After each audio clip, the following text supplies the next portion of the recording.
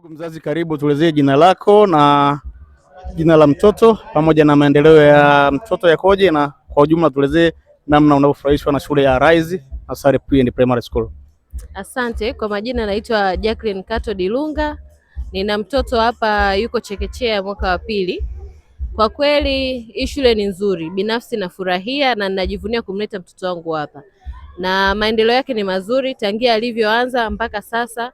Ana uwezo wa kujielezea, ana uwezo wa kutambua vitu, yani kiufupi kuna maendeleo tangia alivyoanza na sasa. Na zaidi ningependa kushauri wazazi wengine walete wazazi wao Arise, kwa sababu ni shule nzuri, inafundisha watoto maadili na inawafundisha kujitegemea na kutambua vitu mbalimbali kutokana na umri wao.